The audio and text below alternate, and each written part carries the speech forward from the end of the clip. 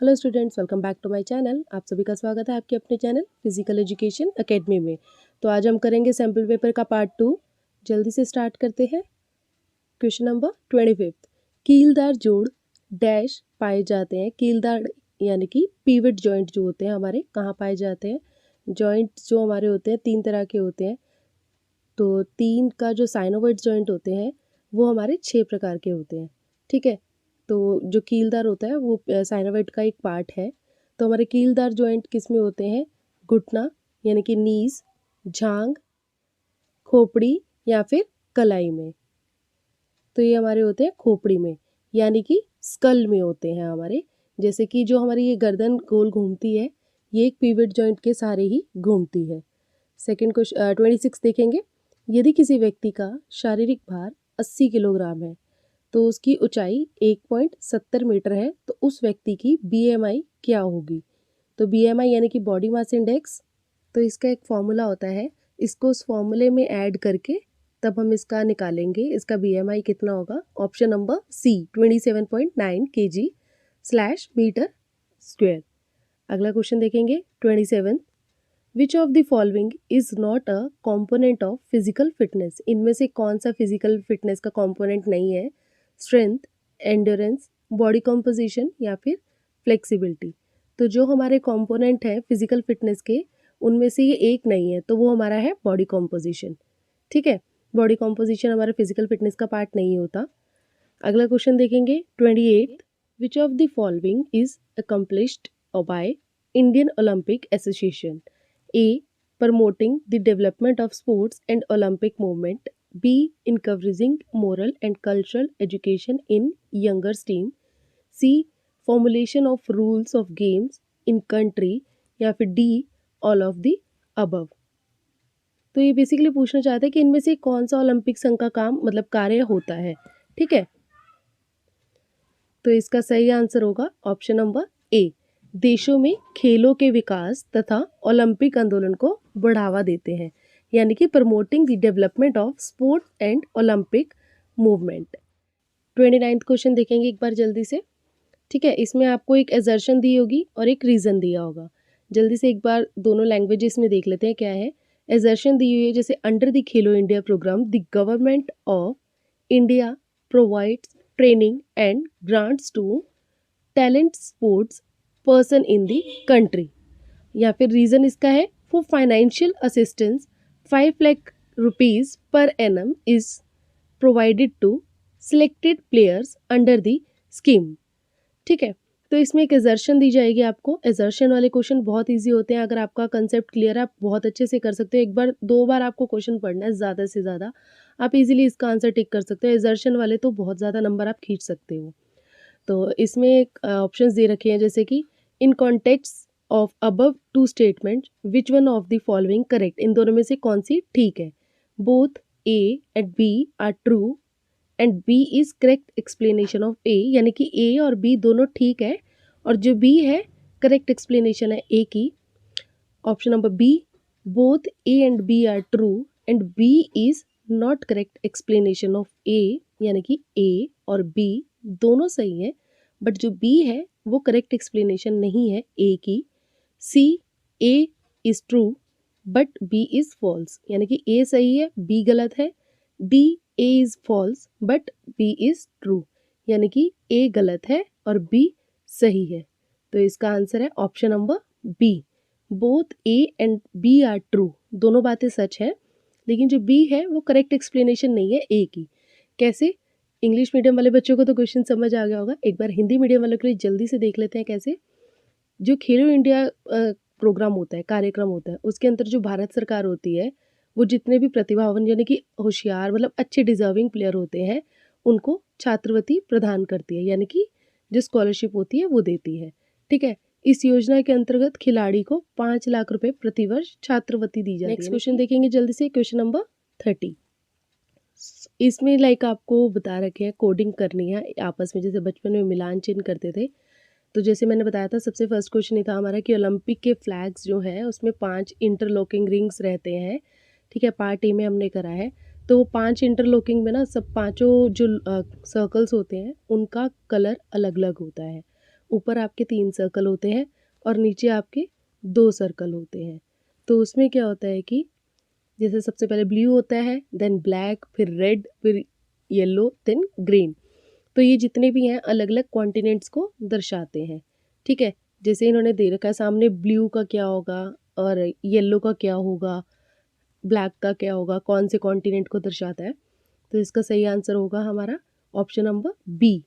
ठीक है, यानी कि जो हमारा वो है ब्लू कलर है वो हमारा अमेरिका के लिए है, जो हमारा येलो कलर है वो हमारा एशिया के लिए आता है, ब्लैक कलर अफ्रीका के लिए आता है, ये तो कॉमन सा वैसे भी सबको पता रहता है, और जो ग्रीन कलर है हमारा वो हमारा यूरोप के लिए आता है। तो ये कलर्स आप वैसे भी याद कर लीजिए, क्योंकि ये नॉर्मल भी अगर क्वेश्चन आ जाए कि ब्लू कलर जो हमारा कॉन्टिनेंट का है वो कौन सी मतलब कंट्री को दर्शाता है, तो आप उसमें भी बता सकते हो। ठीक है, तो एक बार फिर से इसका ऑप्शन नंबर बी याद कर लीजिएगा आंसर, ये आपका इंडिविजुअल क्वेश्चन भी आ सकते हैं। आगे चलेंगे 31st। चित्र कौन सा खेल कैरियर को दर्शाता है? जो इसमें ये माइक पकड़ के सर जी खड़े हैं, ये कौन से कैरियर लाइक क्या है इसका ऑप्शन जो आपका दर्शाता है? तो ऑप्शंस आपको वैसे देखकर ही फोटो का पता चल रहा होगा, बट तब भी हम देख लेते हैं। ऑप्शन नंबर ए खेल प्रसारण, बी खेल फोटोग्राफी, सी खेल मनोरंजन, या फिर डी खिलाड़ी। एक बार इंग्लिश में भी चेक करा देते हैं बच्चों को जल्दी से। Sport broadcasting, sports photography, sports recreation, या फिर प्लेयर। तो कॉमन सी बात है, अगर सामने पता चल रहा है कि फोटोग्राफी कैमरा नहीं है इसके हाथ में, प्लेयर नहीं है ना ही ये, और ना ही ये कोई गेम खेल रहा है, यानी कि रिक्रिएशन नहीं कर रहा, तो ऑब्वियस है ऑप्शन नंबर ए, स्पोर्ट्स ब्रॉडकास्टिंग कर रहा है ये। अगला क्वेश्चन देखेंगे, चित्र को पहचानना है। ठीक है, कि what does the given picture display, ये पिक्चर किस चीज़ की है? स्ट्रेंथ की है, स्पीड की है, फ्लेक्सिबिलिटी, या फिर एंड्योरेंस। ठीक है, यानी कि स्ट्रेंथ यानी कि शक्ति, गति हो गया, स्पीड हो गया, फ्लेक्सिबिलिटी यानी कि लचक हो गया। ठीक है, किसको दर्शा रहा है? तो ये हमारी फ्लेक्सिबिलिटी को दर्शाता है, ऑप्शन नंबर सी। नेक्स्ट देखेंगे, सेम जो मैंने अभी आपको बताया था 3 प्रकार के जॉइंट्स होते हैं, जो साइनोवाइड जॉइंट्स होते हैं उसके आगे 6 प्रकार होते हैं। ठीक है, मूवेबल जॉइंट्स होते हैं, इमूवेबल जॉइंट्स होते हैं और साइनोवाइड जॉइंट्स होते हैं। तो साइनोवाइड जॉइंट्स में ये सारे साइनोवाइड जॉइंट्स हैं, ये हमारे कहाँ कहाँ पर होते हैं इसके बारे में हमें बताना है। ठीक है, जो पिवट जॉइंट है, उसके बाद हिंग joint, gliding joint, ball and socket joint. इसकी कोडिंग हम अगली पिक्चर में देखेंगे। जैसे ये बता रखा है, इसमें थोड़ी कन्फ्यूज़न होगी आपको, बट पेपर में आपका सारा सामने आएगा तो आपको पता रहेगा। इसमें हम देख लेते हैं जल्दी से। वैसे इसका आंसर मैं आपको बता देती हूँ। जैसे इसका जो पिवट जॉइंट होगा वो हमारे नेक पर आता है। हमने पहले भी अभी क्वेश्चन पढ़ा था, उस पे स्कल लिखा हुआ था, तो मैंने एक्सप्लेनेशन पहले भी बोली थी, वो नेक में होता है बेसिकली। उधर ऑप्शन स्कल दे रखा था तो हम स्कल ही लिखेंगे, क्योंकि स्कल में वो इस तरह से काउंट किया गया उस क्वेश्चन में कि ये हमारी गर्दन पर होता है बेसिकली, जो हमारी एटलेस बोन होती है नेक पे, जिसके सारे हमारी गर्दन गोल घूमती है, राइट लेफ्ट होती है, तो ये पिवट जॉइंट वहाँ पर होता है। उसके बाद आता है हमारा हिंग जॉइंट। हिंग जॉइंट हमारा होता है एल्बोज में। ठीक है, उसके बाद ग्लाइडिंग जॉइंट आता है, जो सिर्फ आगे पीछे या राइट लेफ्ट की मूवमेंट करता है। ग्लाइडिंग जॉइंट हमारा होता है रिस्ट में, जो कार्पल्स और मेटाकार्पल्स होते हैं। उसके बाद बचा हमारा बॉल एंड सॉकेट जॉइंट। तो बॉल एंड सॉकेट जॉइंट हमारा कॉमन सी बात है, हिप में होता है, और हमारे शोल्डर पे भी बॉल एंड सॉकेट जॉइंट होता है। 3 हड्डियों का जॉइंट जो रहते हैं उसे बोलते हैं। ठीक है, वैसे तो मैंने इसके सबको आपको बता ही दिए हैं, ये याद भी कर लीजिएगा, बट इसके एक बार ऑप्शंस भी देख लेते हैं। तो इसके ऑप्शंस में इसका आंसर होगा बी। ठीक है, तो अब आगे देखेंगे 34th question. Skin fold callipers is use to measure, यानी कि स्किन फोल्ड कैलिपर जो है हमारा किस चीज़ को मेज़र करने के लिए यूज़ किया जाता है? Body composition, muscle strength, flexibility, या फिर एजिलिटी।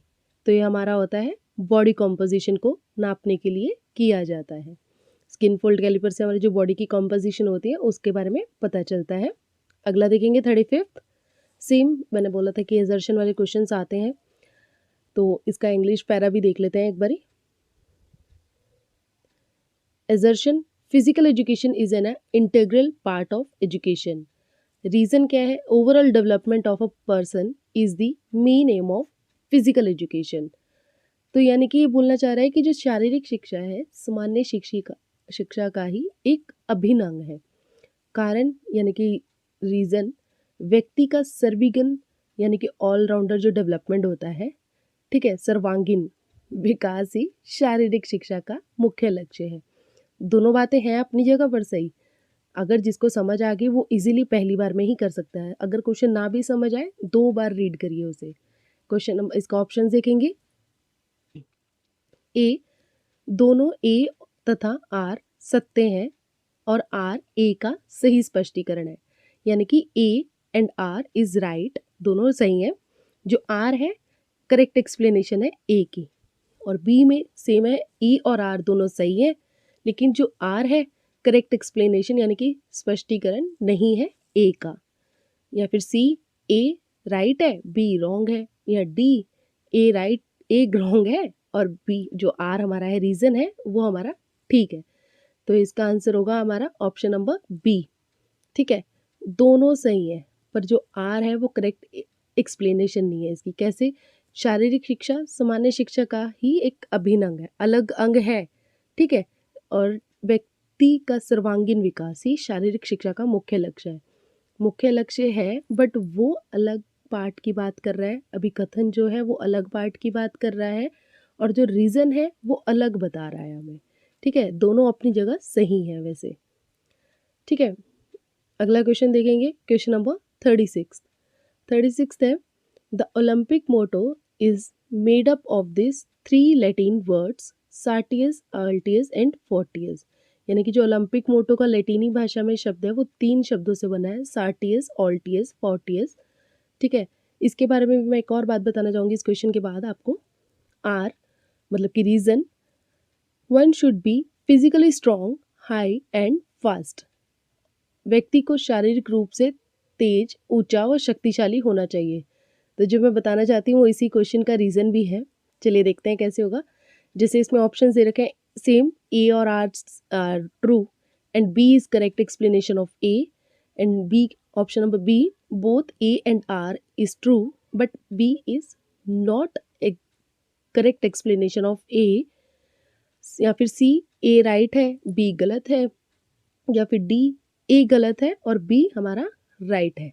तो इसका सही आंसर होगा ऑप्शन नंबर ए।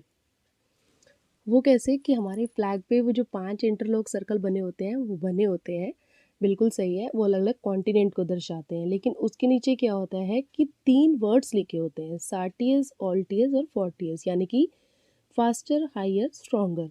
या आप लाइन से याद कर लीजिएगा, सार्टियस, ऑल्टियस और फोर्टियस, और इस लाइन से ही इसका है फास्टर, हायर एंड स्ट्रॉन्गर। ठीक है, तो दोनों सही है, तो इसका करेक्ट ऑप्शन है option number A, both A and R is correct, यानी कि सही है, ट्रू। और जो बी है करेक्ट एक्सप्लेनेशन है हमारी ए की। आगे देखेंगे क्वेश्चन नंबर 37। सेम इसमें डायग्राम्स बन रखे हैं और इसमें बता रखा है कि कौन सा ऑप्शन किसके साथ मैच करना है आपको। तो इसका सही आंसर होगा, मैं आंसर ही बता देती हूँ उसके बाद आपको इजीली पता चल जाएगा। इसका सही आंसर है ऑप्शन नंबर डी। ठीक है, डी में क्या है कि जो हमारा ए है वो रनिंग वाला है, वो क्या हो रहा है हमारे एक तरह से कार्डियो रेस्पिरेटरी एंड्योरेंस कर रहा है। ठीक है, और उसके बाद क्या है कि हमारा ये जो लड़का एक्सरसाइज कर रहा है नंबर 2 पर, वो हमारा आ जाएगा मस्कुलर एंड्योरेंस कर रहा है। इसके बाद हमारा वो जो ऊपर 3rd वाली पिक्चर में है, ठीक है, तो वो हमारा आ जाएगा मस्कुलर स्ट्रेंथ में। 4th वाला हो जाएगा हमारा फ्लेक्सिबिलिटी, ये डायग्राम पहले भी आ चुका है। चलिए जल्दी से अगला क्वेश्चन देखेंगे 38। ये जो चित्र है हमारा स्किन फोल्ड कैलिपर है वैसे तो, ठीक है, ये हमारा जो क्या काम करता है, भार का मापन करता है, लचक का मापन करता है, लंबाई का करता है या फिर फैट का करता है। तो ये हमारा फैट का करता है। जैसे मैंने अभी पीछे बताया, measurement of weight, measurement of height या फ्लेक्सिबिलिटी या फिर फैट, तो ये हमारा फैट को मेज़र करता है। 39 देखेंगे, विच of the following blood vessels carry the impure blood. तो 2 तरह की वेसल्स होती हैं, एक प्योर ब्लड लेकर जाती है और एक इम्प्योर ब्लड लेकर जाती है। तो वो कौन सी होती है हमारी? ए आर्टरीज, बी वेन्स, सी कैपिलरीज, डी विंड पाइप। तो डी का तो ऑप्शन ही छोड़ दो, विंड पाइप तो हमारी इसमें है ही नहीं ऑप्शन में। ठीक है, ये सांस का काम नहीं चल रहा है इस वक्त यहाँ पर हमारा, सांस इसमें श्वास का काम नहीं है, कार्डियो का काम चल रहा है, लाइक हार्ट का काम चल रहा है। तो इसका सही आंसर होगा हमारा ऑप्शन नंबर बी। वेन्स जो है हमारी इम्प्योर ब्लड लेकर जाती हैं। 40th क्वेश्चन देखेंगे एक जल्दी से। Sports such as weight lifting, shot put, discus throw and hammer require maximum power. Reason क्या है इसका? Maximum power refers to the power which is produced due to the rapid action of physical force and physical movement। एक बार हिंदी में भी इसका जल्दी से answer question देख लेते हैं। अभिकथन यानी कि दे रखा है हमें भारोत्तोलन या शॉट पुट हो गया, डिस्कस थ्रो हो गया, जैसे खेलों में अधिकतम शक्ति की आवश्यकता होती है। उसी तरह रीजन यानी कि कारण हमें दिया हुआ है। अधिकतम शक्ति एक ऐसी शक्ति है जिसमें शारीरिक शक्ति तथा शारीरिक गति का तीव्र क्रिया के कारण उत्पन्न होती है। यानी कि क्या होता है कि जो ये सब चीज़ें हैं अभिकथन में हमें दे रखा है, शॉट पुट, डिस्कस थ्रो हो गए, ये सब जो खेल है हमारे, इसमें शक्ति की आवश्यकता यानी कि पावर की आवश्यकता होती है, ठीक है। और इसका रीज़न दे रखा है जो हमें, उसमें क्या बोला हुआ है कि जितनी भी अधिकतम शक्ति होती है यानी कि जितनी ज़्यादा से ज़्यादा शक्ति पावर होती है हमारी, तो इसमें क्या होता है वो हमारी जो ज़्यादा क्रिया होगी, ज़्यादा गति होगी तभी उत्पन्न होती है। तो इसका सही इसके ऑप्शंस देखते हैं पहले। दोनों ए तथा आर सत्य है यानी कि दोनों राइट है। जो आर है वो ए की सही एक्सप्लेनेशन है। ऑप्शन नंबर बी दोनों सही है, लेकिन जो आर है ए की सही एक्सप्लेनेशन नहीं है। सी ए सही है और बी गलत है। डी ए गलत है और बी हमारा जो रीज़न है हमारा वो सही है। तो इसका सही ऑप्शन होगा हमारा ऑप्शन नंबर ए। दोनों अपनी जगह सही है। जो जितने भी हमारे भारोत्तोलन यानी कि शॉट पुट होती है, डिस्कस थ्रो होती है, इन सब में हमें इन सब में हमें ज़रूरत पड़ती है पावर की, ठीक है। और पावर क्या होती है? ज़्यादा जो हमारा शारीरिक शक्ति जो होती है यानी कि पावर जो होती है हमारी, जो फिजिकल पावर होती है हमारी, वो शारीरिक गति की तीव्र क्रिया के कारण ही उत्पन्न होती है। भारोत्तोलन वालों को बता दूं, भारोत्तोलन मीन्स की वेट लिफ्टिंग होता है, ठीक है, जैसे कि इसमें बता रखा है ऑप्शन नंबर ए। अगला देखेंगे 41 क्वेश्चन देखेंगे। प्रशिक्षण व मापन के सांख्यिकी आंकड़े डैश में सहायक होते हैं। यानी कि जो test and measurement scores are helpful in a determining the strength, weakness and limitations of a student. जो उसकी स्ट्रेंथ होती है, वीकनेस होती है, लिमिटेशंस होती हैं स्टूडेंट की, उसके लिए करते हैं, मतलब उसके बारे में अवगत करते हैं। या फिर B discovering the student from participating in sports activity. या फिर C helping a student to pick up the sports activity of his या। क्वेश्चन नंबर 41 देखेंगे। प्रशिक्षण व मापन के सांख्यिकी आंकड़े डैश में सहायक होते हैं। यानी कि जो मेजरमेंट और इवेल्युएशन होते हैं, जो इसके आंकड़े होते हैं यानी हमारे स्कोर्स होते हैं, वो हमारी किस चीज़ में हेल्प करते हैं? खिलाड़ी की शक्ति यानी कि स्ट्रेंथ हो गई, कमजोरी हो गई, कार्य क्षेत्र में अवगत कराता है। खिलाड़ी की खेलकूद गतिविधि में भाग लेने से रोकता है। या फिर ऑप्शन नंबर सी खिलाड़ी को खेलकूद गतिविधि में चयन करने में सहायक होता है। या डी खिलाड़ी की भविष्य में उपलब्धियों की घोषणा करता है। एक बार इंग्लिश में भी ऑप्शंस देख लेते हैं इसके। Determining the strength, weakness and limitation of a student, discovering the student from participating in sports activity. Option number C helping a students to pick up the sports activity of his या her choice. या फिर D predicting the students futures level of achievement. तो इसका सही answer होगा option number ए, जो determine यानी कि पहचानता है, अवगत करवाता है उसकी जो स्ट्रेंथ है, शक्ति है, उसकी वीकनेस है, उसकी लिमिटेशंस कितनी है, उन सब के बारे में बताता है। अगला क्वेश्चन देखेंगे जल्दी से। Question number 42। टीचर एक बच्चे की हाइट नाप रही है, तो ये क्या दर्शा रहा है? भार को तो नाप नहीं रही, कमर को भी नहीं नाप रही, अनुपात का मापन या लंबाई का मापन। ये तो विजुअली देख कर ही पता चल रहा है, लंबाई का मापन। बोल रहे होगे बच्चे भी, अरे मैडम ऐसे क्वेश्चन आ जाए फिर तो हम जल्दी जल्दी आंसर टिक कर देंगे। तो इंग्लिश में एक बार देखते हैं। मेजरमेंट ऑफ हाइट देख कर ही पता चल रहा है इसका, ठीक है। अगला देखेंगे 43। पारंपरिक रूप से शारीरिक शिक्षा का कैरियर डैश है। Traditional carriers in physical education were focused on. अगर पारंपरिक रूप से देखें, ट्रेडिशनल रूप से देखें, तो शारीरिक शिक्षा का कार्य जो कैरियर है हमारा फ्यूचर में क्या हो सकता है, तो वो है हमारा physical educator, sports photography, C sports commentator, D sports marketing. तो जो हमारा पारंपरिक रूप से देखें तो ये हमारा बन जाता है क्या, मतलब कि बनता लाइक क्या करियर बनता है, तो हमारा फिजिकल एजुकेटर बन सकते हैं। ठीक है। और क्वेश्चन नंबर 44 देखेंगे। Heart rate is defined as, यानी कि जो हृदय की गति है उसे कैसे बताया जा सकता है, परिभाषित किया जा सकता है। Quantity of blood pumped away by heart in 1 minute, या फिर number of diastolic contraction per minute. Option number C, quantity of impure blood come in heart in 1 minute, या फिर option number D, number of heart contractions per minute. जो हमारे heart काम करता है तो बेसिकली इसको कैसे दर्शाए, कैसे परिभाषित करेंगे, तो वो हमारा होता है ऑप्शन नंबर डी, यानी कि 1 मिनट में जितनी बारी हमारा हार्ट कॉन्ट्रैक्ट करता है। ठीक है। नेक्स्ट देखेंगे 45th में ये बता रखा है, किसी शख्स की फ़ोटो दी गई है, उनको हमें बताना है, आइडेंटिफाई करना है ये कौन है। बैरन दी कुब्रिटेन है, हेनरी डिडोन है, डियोन नाश है, या फिर सर दोराबजी टाटा है। तो ये बैरन दी कुब्रिटेन। ठीक है। अगला क्वेश्चन देखेंगे 46। Body inhale oxygen and exhale carbon dioxide, the process is called, यानी कि जब हम ऑक्सीजन लेते हैं और कार्बन डाइऑक्साइड छोड़ते हैं तो उस मतलब जो कार्य होता है ऑक्सीजन लेना, इनहेल करना और छोड़ना, तो उस प्रोसीजर को, उस प्रोसेस को हम क्या कहते हैं। बाहरी श्वसन, आंतरिक श्वसन, वायु परिसंचरण, या फिर वेंटिलेशन।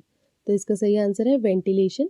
जब हम ऑक्सीजन लेते हैं और छोड़ते हैं, बाहरी श्वसन तो छोड़ना हो गया, आंतरिक श्वसन यानी कि लेना हो गया। ठीक है। अगला क्वेश्चन देखेंगे 47।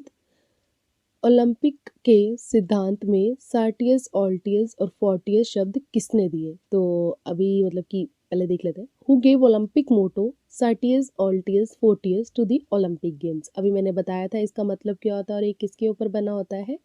सार्टियस, ऑल्टियस, फोर्टियस यानी कि फास्टर, हायर, स्ट्रॉन्गर। ठीक है। ये हमारा जो ओलंपिक का फ्लैग होता है उसके नीचे बने होते हैं। तो ये जो बेसिकली 3 वर्ड्स हैं, ये किसने दिए हैं इनमें से, तो हेनरी डिडॉन ने दिए हैं, अस्तुत ने दिए हैं, केल्डियस या फिर बैरन दी कुब्रिटेन ने दिए हैं। तो ये हमारे दिए हैं हेनरी डिडॉन ने। इन्होंने ये वर्ड्स के बारे में मतलब बताया था। ठीक है, इन्होंने दिए हैं ये वर्ड्स। ठीक है। अब हम अपना लास्ट क्वेश्चन देख लेते हैं इस पार्ट का, 48th question.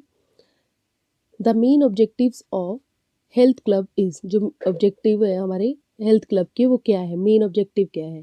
Improve fitness, earn money, improve health related fitness, या फिर इम्प्रूव फिजिकल पावर। तो इसका है हमारा इम्प्रूव हेल्थ रिलेटेड फिटनेस। जो मेन ऑब्जेक्टिव होता है हमारा हेल्थ का, क्लब का, वो हमारा करता है हेल्थ रिलेटेड जितनी फिटनेस होती है उसको इम्प्रूव करना होता है। So thank you for watching my video. आज का पार्ट यहीं पर ख़त्म होता है। सो 3 तारीख को आपका एग्ज़ाम है। All the best. जल्दी से अच्छे से पढ़िए और जो मेन क्वेश्चंस है वो अच्छे से रखना।